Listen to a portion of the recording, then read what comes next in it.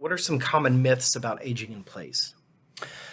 I think a lot of it is the assumption that probably a sense of inevitability and what can our parents actually really get back to doing, or what's the downward spiral that tends to occur, and is this just inevitable because they're becoming a certain age?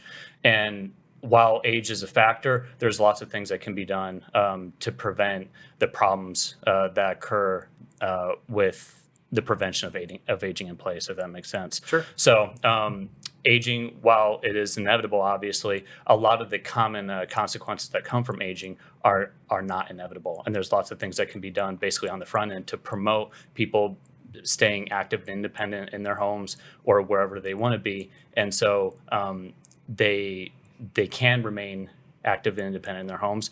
They don't necessarily need to go to another place, and they can thrive in their home as well. Great. It is not an inevitability that they will just decline.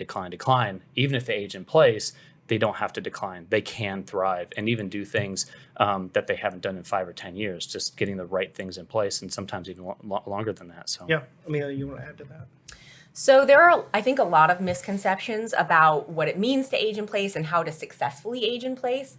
I'd say that there are kind of 3 big myths that come to mind from my perspective as an occupational therapist and as someone who works in home modifications. The first is that a lot of times people make the assumption that as long as they have a house that is 1 story, that house is going to fit them and make all of their needs met for aging in place.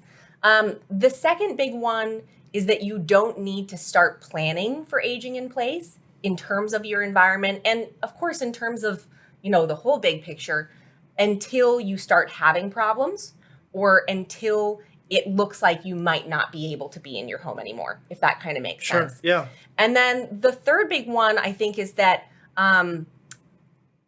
just anyone can come in and make your home safe for you. That is a really big misconception that a lot of people have. And I have unfortunately seen so many situations where I'm called in after the fact, after someone else who's maybe is very well intentioned, but doesn't have necessarily that same skill set. And then we're trying to fix problems that someone else created. And So that is not good. Don't have the plumber do the electrical work. Don't have the plumber do the electrical work. Frankly, it really does. If you need to have construction done, and not everyone has to have construction done, by the way. There are often solutions that can fit into many different price points and depending, on the needs of the person. But if you do need to have construction done, even if it comes down to placing a simple grab bar, you really need to call in someone who works in that area, in that field, and knows what they're doing. Right. Because these are not the same skills.